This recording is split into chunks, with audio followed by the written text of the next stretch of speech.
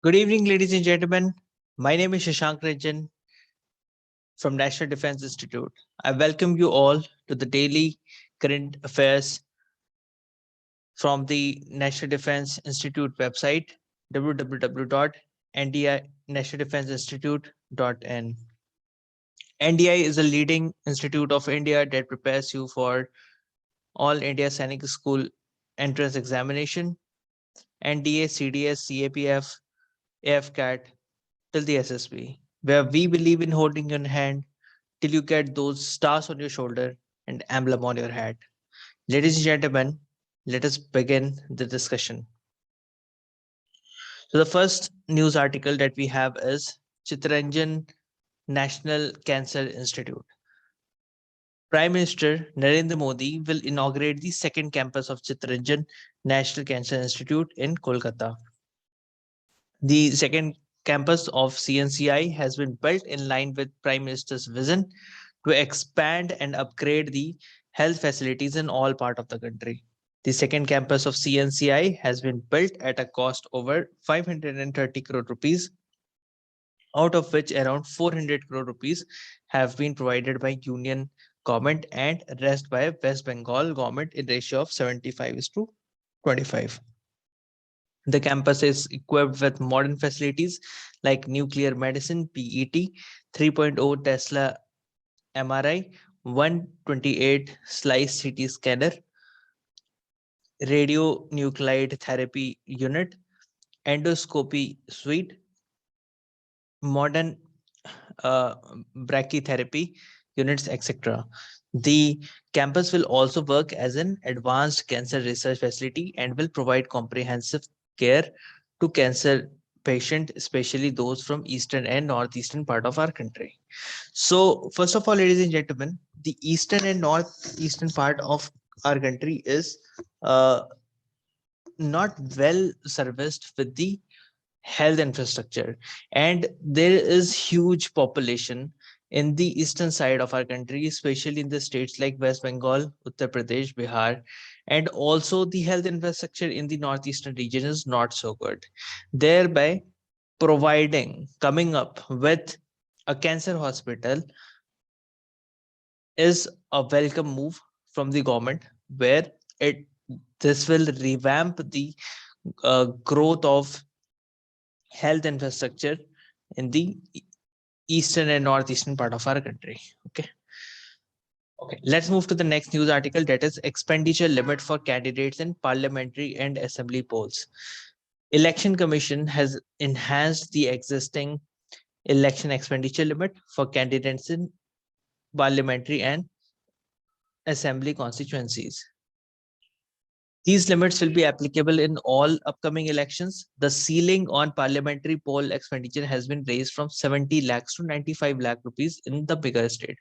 So earlier, in the bigger state, it was 75 lakh rupees. That was the limit for the candidates in parliamentary election. If they want to go for any kind of advertisement or any kind of expenditure they wanted to do, now it has increased from 70 lakh to 95 lakh rupees in bigger state, and from 54 lakh to 75 lakh in smaller states. The bigger states include Maharashtra, Madhya Pradesh, Uttar Pradesh, West Bengal, and Karnataka. The smaller states include Goa, Sikkim, Arunachal Pradesh, and Union Territories. The ceiling on poll expenditure in Union Territory of Jammu and Kashmir has been raised to 95 lakh rupees. For assembly constituencies, expenditure limit has been enhanced from 25 lakh to 40 lakh rupees in bigger states, and from 20 lakh to 28 lakh in smaller state. Last major revision in the election expenditure limit was carried out in 2014, which was further increased by 10% in 2020. Election Commission had formed a committee to study the cost factor and other related issues and make suitable recommendations. Okay, so basically the expenditure has been increased because looking at the current situation, the cost for everything has increased, and thereby the laws that are made by Election Commission are very old, right? So this has to be increased, and thereby putting these into perspective, the expenditure limit has been increased by Election Commission. Next is the intra-state transmission system green energy corridor phase 2. Cabinet Committee on Economic Affairs, the CCEA, has approved the intra-state transmission system green energy corridor phase 2. The scheme will add approximately 10,750 circuit kilometers of transmission line and around 27,500 megavolt amperes transmission capacity of substations. The scheme will facilitate the grid integration and power evacuation of approximately 20 gigawatt of renewable energy power project in 7 states. These states are Gujarat, Himachal Pradesh, Karnataka, Kerala, Rajasthan, Tamil Nadu, and Uttar Pradesh. The scheme is targeted to be set with a total estimate cost of over 12,000 to 31 12,031 crore rupees and central financial assistance at 33% of the project cost, that amounts to over 3,970 crore rupees. The transmission system will be created over a period of 5 years from the financial year 2021-22 to 25-26. The scheme will help in achieving the target of 450 gigawatt installed renewable energy capacity by 2030. Okay, so this is basically a kind of this will basically facilitate the grid integration and power evacuation of approximately 20 gigahertz of renewable power in 7 states. Okay, so basically, see, there are different states in which the renewable energy sources are there.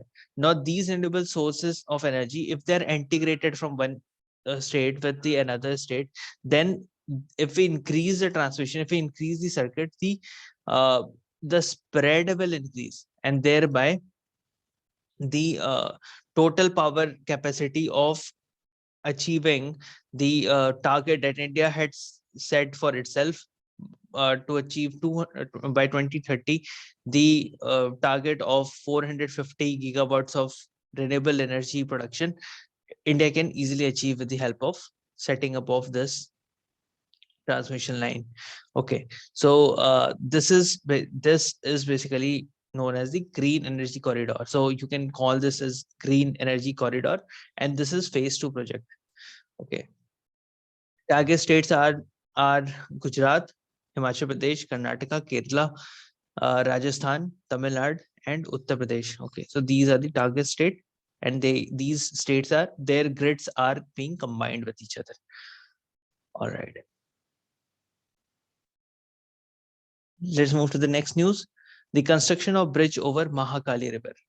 The Union Cabinet, chaired by Prime Minister Shri Narendra Modi, has approved the Memorandum of Understanding (MOU) between India and Nepal for construction of bridge over Mahakali River at Dharchula, India, and Dharchula, Nepal. Now, I hope you know that in the year 2020, there was some conflict that was going on between India and Nepal. So India and Nepal, there were some conflicts, especially the border issue that was going on. So the border issue that was happening between the two was over this Mahakali River. Over the Mahakali River. Okay. So the new map that was released by Nepal, which showed that the part that was of Mahakali River was under Nepal, which India obstructed. India objected to the map that was published, and later, so basically, it was a controversy that was going on. Now, Prime Minister Narendra Modi has signed an MOU with India and Nepal. Between India and Nepal, this is an MOU that has been signed for the construction of bridge over Mahakali River. This will help in connecting the two places in Dharchula, India, and Nepal. Okay, for the people to people movement. Okay, with the signing of MOU, diplomatic relation between the two countries will further improve as close neighbor India and Nepal share unique ties of friendship and cooperation characterized by an open border and deep-rooted people-to-people contacts of kinship and culture. Both India and Nepal has been working together on different regional forum, example SAARC, BIMSTEC, as well as global fora. Let's move to the next news article, that is 24th Conference of E-Governance 2020-2021. Okay, so after the kind of digitization that has been introduced by the current government in the governance system of our country, the transparency in our country has increased. Thereby, the cases of the corruption has been going down. And in this move, 24th Conference of on e-governance took place, where the Union Minister Dr. Jitendra Singh will inaugurate the 24th Conference on e-governance 2020-2021 in Hyderabad on January 7, 2021. The two-day conference themed India Decade Digital Governance in a Post-Pandemic World will be organized by Department of Administrative Reform and Public Grievances and Ministry of Electronics and Information Technology in association with the Government of Telangana. During the event, National Awards for E-Governance 2021 will be presented under 6 categories to 26 e-governance initiative at central, state, and district level, and also to academic and research institutions and public sector undertakings. This includes 12 gold, 13 silver, and 1 jury award. Delegates from 28 states and 9 union territories, along with academia, research institutions, IT industry, would be participating in the conference through virtual mode. Okay, let's move to the next article, that is STS, Scheduled Tribe Component.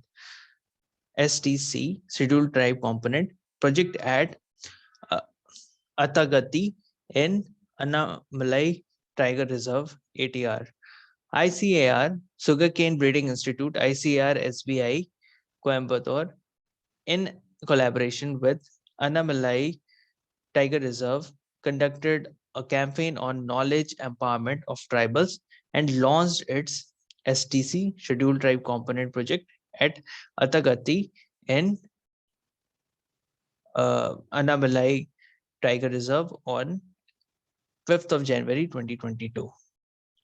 Unlike other tiger reserve, Annamalai Tiger Reserve has diverse group of indigenous people. He mentioned the Malasar tribe are of great help to the forest department in training the elephants, and their profound knowledge and skills on handling Asian elephants. The deputy director said that saving tribal is akin to saving forest. So saving of tribals, so tribals life is integrated with forest, and the whole ecosystem. When we consider forest, it doesn't only contain the animals that are living in the forest, rather it also includes the tribals. So forest cannot be treated alone, it cannot be alienated from the tribals who are living. So there are tribals plus the animals, and animals and plants, that is flora and fauna.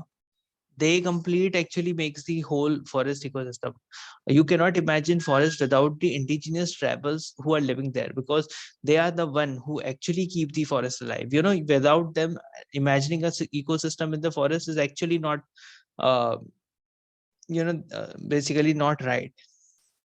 So this is the first time this project is being implemented in ATR.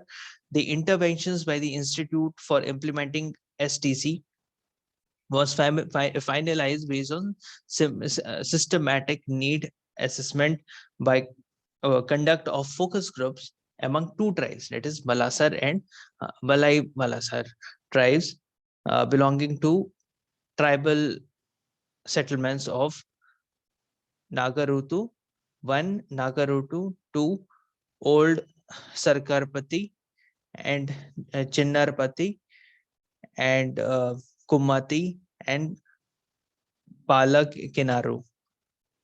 Since over 47 lakh of Indian tribal children suffer from chronic nutrition deprivation. The tribal community in these settlements will be educated on setting up and maintaining a nutritious nutrition garden and kitchen garden.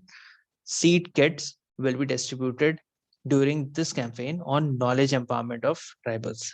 Okay, so the whole process that's taking on here in the Anamalai Tiger Reserve is to make the people more aware and the tribals to empower these tribals with the knowledge regarding the forest component in order to make them a stakeholder in the whole ecosystem conservation. All right, let's move to the next question. Next news, that is the Railway Protection Force, RPF. A brief of achievements of Railway Protection Force, RPF, during the year 2021 is as under. RPF has been saving lives in mission under uh, mission mode under Mission Jeevan Raksha. RPF personnel have saved 1,650 lives from the wheels of running train at railway station in last 4 years under this mission. An initiative, Meri Saheli, was launched to provide security to lady passenger in long distance trains, particularly traveling alone or those who are vulnerable to crimes. Okay, so there is something, an initiative called Meri Saheli. So if there's any woman who is traveling alone or who feels that they are vulnerable, they can always contact the Meri Saheli online helpline of RPF. So in each and every train that's long route, there will always be a woman constable who would be traveling, and this women constable can directly be contacted by any female who is feeling vulnerable or feeling herself unsafe while traveling alone in the train. Okay, so it was launched to provide security to the lady passengers in long distance train, particularly traveling alone or those who are vulnerable to crime. During the year 2021, RPF retrieved left behind luggage having value to the tune of more than 23 crore belonging to 12,377 passengers and returned to them after due verification. RPF has been doing this service to passengers after Operation Amanat. So under Operation Amanat. So under Operation Amanat, the RPF has been returning back various goods that are left by the people, their valuables that are left by the people by mistake in the trains. So under Operation Amanat, they are being returned back. Okay.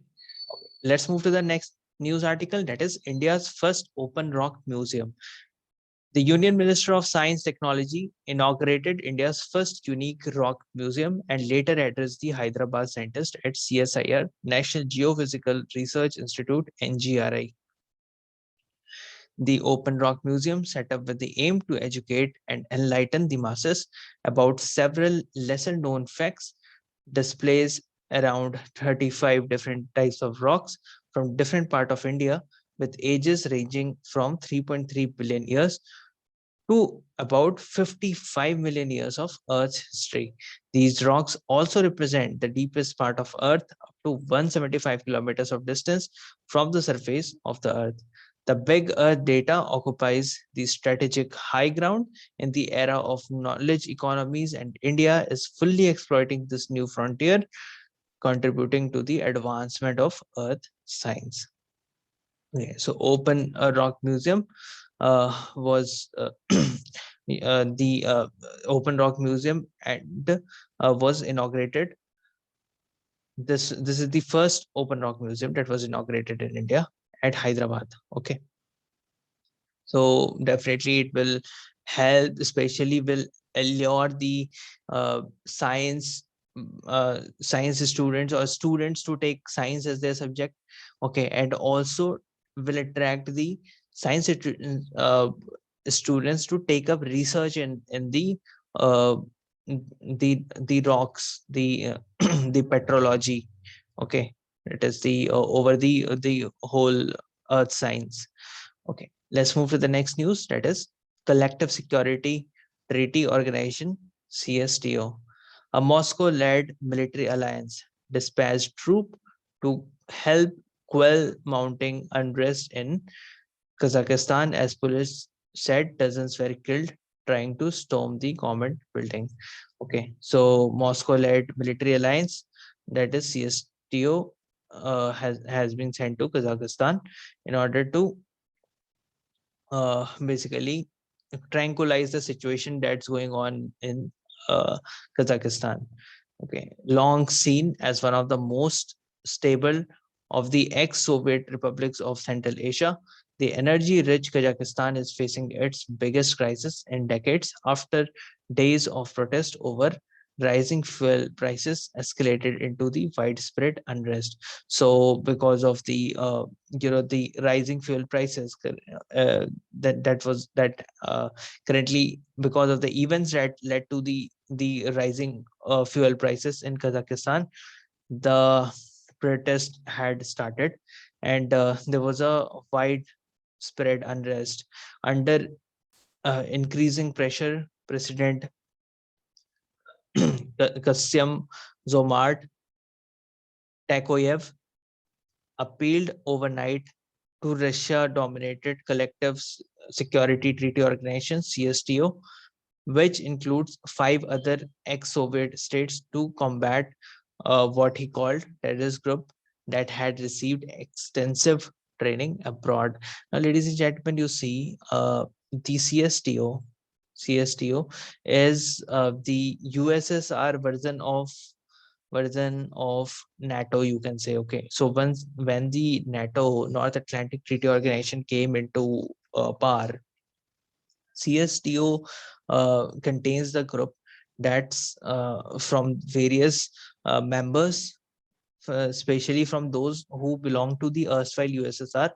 They formed a military alliance together, and in order to combat any situation that rises in any of these USSR states, so that if there is any foreign power that tries to bring any kind of disruption through the military means, then in that case, this alliance will help combat such situation and bring stability in the government. Okay, so for that, CSTO was formed, just like NATO. Now, the CSTO is an intergovernmental military alliance in Eurasia that consists of select post-Soviet states. Members are Armenia, Belarus, Kazakhstan, Kyrgyzstan, Russia, and Tajikistan. Headquarters is in Moscow, Russia. Okay. Sudhir Kumar Saxena Committee. The Union Home Ministry has constituted a committee to inquire into the serious lapses in the security arrangement during Prime Minister Narendra Modi's visit to Punjab. The 3-member committee will be led by Sudhir Kumar Saxena, who is the Secretary Security, Cabinet Secretary, and will comprise of Balveer Singh, Joint Director IB, and S. Suresh, who is IG SPG. The committee has been advised to submit the report at the earliest. So the major lapse in security of the Prime Minister that took place recently at Bhatinda in Punjab has been this committee has been formed to look into the matter. All right, ladies and gentlemen, so these were the 10 most important current affairs that we had on our website. So if you have any doubts, you want to ask any questions, you have any queries, you can always post it in the comment box below. We will reach you in the comment box. If you have anything further, you can visit our website www.nationaldefenseinstitute.in and contact us on the phone, the contact number that's given. You can also write us an email. We'll try to reach you at the earliest and help you in getting your doubts cleared. So thank you so much, ladies and gentlemen. Have a wonderful day, all of you. We'll meet in the next session with new set of 10 most important current affairs of the day. Thank you.